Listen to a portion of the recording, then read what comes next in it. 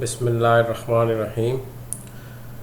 Theorem 19.2 को हम ख़त्म कर चुके थे, उसका प्रूफ मुकम्मल कर लिया था। उसके बाद ये एक पैराग्राफ है जिसमें कुछ पॉइंट्स को ना वो क्लियर करता है। जैसे वो कहता है कि लैम्डा स्टार जो है ना, इसे लाग्रांज मल्टीप्लायर कहते हैं। ऊपर वाला जो रिज़ल्ट था वो मिनिमाइज़र के लिए किया, तो वो मैक्सिमाइज़र के लिए भी ट्रू है।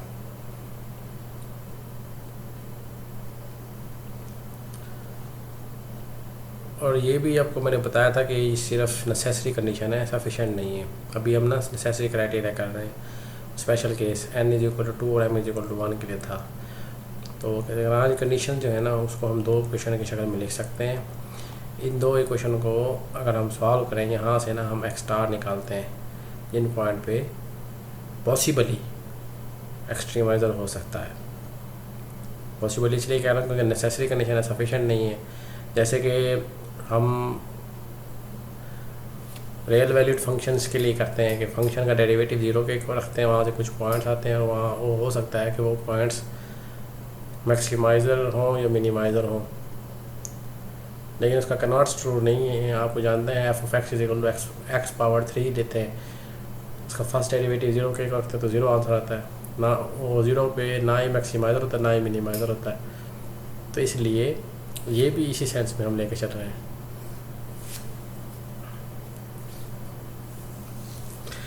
आगे चलते हैं जी। अब थ्योरम 19.2 को एक्सटेंड करते हैं जनरल केस के लिए। अब फंक्शन जो लिया गया है वो Rn से R पे है। अब n के ऊपर कोई कंडीशन नहीं है, ज़रूरी नहीं कि वो 2 हो, और m पे भी कोई कंडीशन नहीं है, m भी कुछ भी हो सकता है। लेकिन ये वाली कंडीशन तो हमने लेके चलनी है कि m=n होना चाहिए। थ्योरम की स्टेटमेंट पे आते हैं। लाग्रांज थ्योरम अगर जनरली वैसे ना ये जो 19.3 कर रहे हैं ये तमाम केसेस को सेटिस्फाई करता है। जो 19.2 था उसको भी करता है, क्योंकि ये जनरल केस है। n 2 हो, 1 हो, 3 हो, 4 हो, कुछ भी हो सकता है। m भी कुछ हो सकता है, लेकिन m छोटा होना चाहिए n से या बराबर हो। कंस्ट्रेंट वाले जो हमारे पास सेट है ना, कंस्ट्रेंट फंक्शन जितने लेने हैं वो उनकी तादाद हमेशा छोटी होनी चाहिए n से। x स्टार थ्योरम की स्टेटमेंट पे आते हैं। Let x star with the local minimizer और maximizer of the function f subject to the condition h(x)=0। h is a function from Rn to Rm। h यहाँ पे bold किया हुआ है, तो इसके अंदर ना m कंपोनेंट्स हैं इसके, यहाँ इससे ज़ाहिर है। h(x) ये भी वेक्टर वैल्यूड फंक्शन है, डोमेन इसकी Rn है। ये x जो है ना Rn से है। m=n assume that x star is a regular point. ये सारी गिवन चीज़ें हैं। Then there exists lambda star belongs to Rm such that lambda star is again, which is Lagrange multiplier, is a vector, constant vector belongs to Rm such that we have this equation df derivative of f at x star plus lambda star transpose derivative of h at x star is equal to 0। ये सारे vectors हैं, ये देखें ना bold किए हुए हैं। Proof पे चलते हैं। हमें ये चीज़ प्रूफ करनी है कि ये चीज़ ऐसे है, तो इसको अगर रीराइट करें तो ये वाली शक्ल बन जाएगी। अगर इसको प्रूफ करने की बजाय अगर ये प्रूफ कर दें तो बात तो एक ही है कि ग्रेडियंट ऑफ f है ना, जो वो इक्वल हो -gh ट्रांसपोज लैम्डा स्टार के। ये dh जो है, dh ट्रांसपोज एक मैट्रिक्स है, उसके साथ एक वेक्टर मल्टीप्लाई होके ग्रेडियंट ऑफ f बन रहा है। इस चीज़ को इक्विवेलेंटली हम ऐसे भी लिख सकते हैं कि ग्रेडियंट ऑफ f जो है ना वो रेंज ऑफ dh ट्रांसपोज से है, लेकिन रेंज ऑफ dh ट्रांसपोज तो नल स्पेस होती है x स्टार की। और थ्योरम लेमा 19.1 में हमने रिलेशन पढ़ा था कि नल स्पेस है ना जो, वो टेंजेंट स्पेस के ऑर्थोगोनल कॉम्प्लीमेंट के इक्वल है।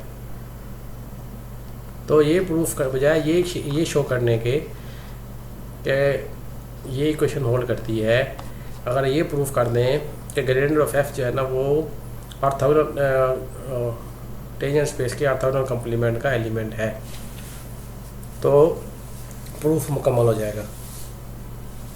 समझ रहे हैं मेरी बात? अच्छा, अब कोई वेक्टर जो है ऑर्थोगोनल किसी स्पेस के ऑर्थोगोनल कॉम्प्लीमेंट से कब जाता है, यहाँ से हमारा प्रूफ स्टार्ट होता है। ये प्रूफ कर देंगे तो बात वही है जो पीछे हमने की थी डी एच वाली, डी एफ वाली, क्योंकि ये सारी चीज़ें इक्विवेलेंट है। हम टी एक्स स्टार के से एक एलिमेंट लेते हैं वाई। अगर टी एक्स स्टार का एक एलिमेंट इसके साथ ऑर्थोगोनल हो जाए तो हम कहेंगे कि ये जो है ना इसके ऑर्थोगोनल कंप्लीमेंट से चला गया और वाई आर्बिट्रेरी अगर हो जाए। अब थ्योरम 19.1 जिसको हमने स्टेटमेंट जिसकी की थी उसको यूज़ करते हैं। अगर वाई टी एक्स स्टार से कोई एलिमेंट लें तो एक डिफरेंशिएबल कर्व मिलती है जो ये वाली कंडीशन सेटिस्फाई करती है, जो H of X is equal to 0 होती है और X of T star X star होता है और X derivative T star Y के इक्वल होता है। ये सिर्फ थ्योरम की स्टेटमेंट को मैंने लिखा है, रीस्टेट किया है यहाँ पे। हर वाई के लिए ये कंडीशन सेटिस्फाई होती हैं, ये आप थ्योरम से लिख सकते हैं।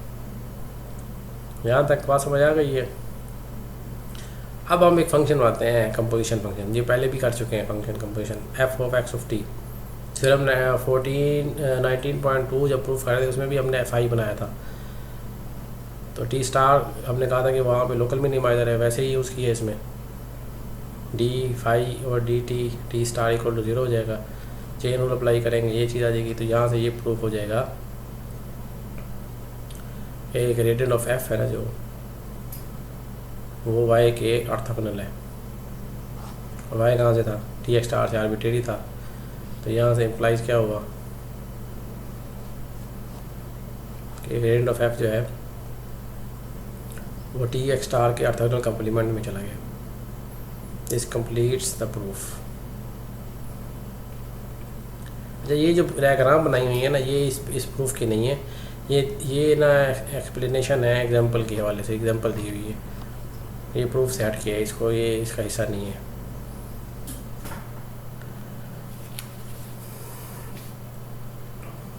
अच्छा, अब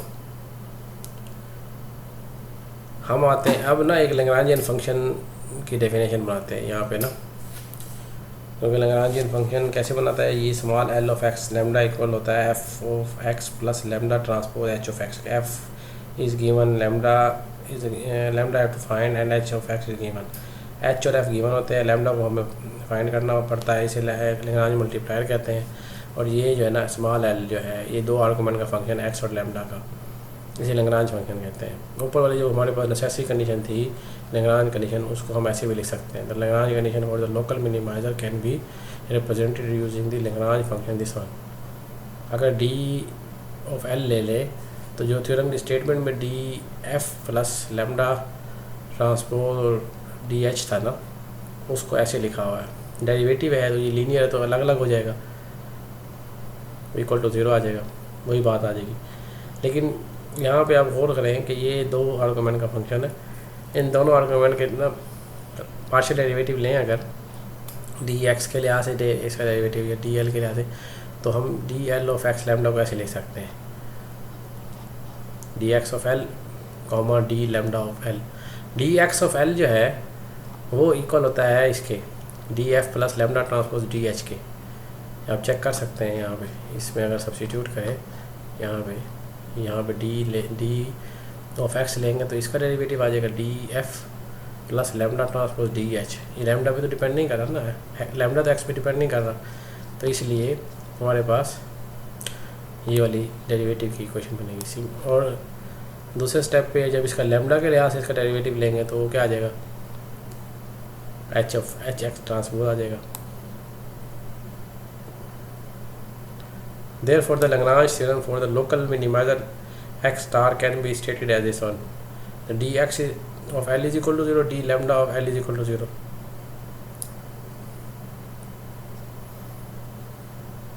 तो इन दो इक्वेशनों को सॉल्व करके हम एक्स स्टार और लेमडा स्टार निकालते हैं जो कि हमें रिक्वायर्ड होते हैं। ये थोड़ी सी इस थ्योरम की एक्सप्लेनेशन थी, ये हमें ज़रूरत पड़ेगी एग्जांपल्स के लिए। अच्छा, ये एग्जांपल है 19.5, ये मैं इसको आप पढ़ें तमाम स्टूडेंट्स और इसको समझ के आइएगा। कल मैं किसी भी स्टूडेंट को कह सकता हूँ कि ये सारी कैलकुलेशन अपने हाथ से करनी है आपने। और ये एक्सरसाइज की वैल्यूज़ निकाली हुई हैं, ये निकाल के इसको एक्सप्लेन करें कि ये एग्जांपल क्या कहती है। इस एग्जांपल की ना एक्सप्लेनेशन मैं किसी भी स्टूडेंट को कहूँगा, वो उसको एक्सप्लेन करेगा। उससे ना मुख्तलिफ क्वेश्चन मैं पूछ सकता हूँ बीच बीच में से जी। मिनिमाइज़र क्या है, कंडीशन क्या है, क्वालिटी कंस्ट्रेंट क्या है, ग्रेडियंट ऑफ एच कैसे निकाला है, सब लोग तैयार करके हैं। रजिस्टर पे टेस्ट भी ले सकता हूँ मैं इसका। ठीक है, चलिए यहाँ पे हम लेक्चर का ख़त्म करते हैं। बाद में फिर नेक्स्ट लेक्चर एक रह जाएगा इस वीक का, उसको भी बाद में देखते हैं। ओके जी, अल्लाह हाफिज़।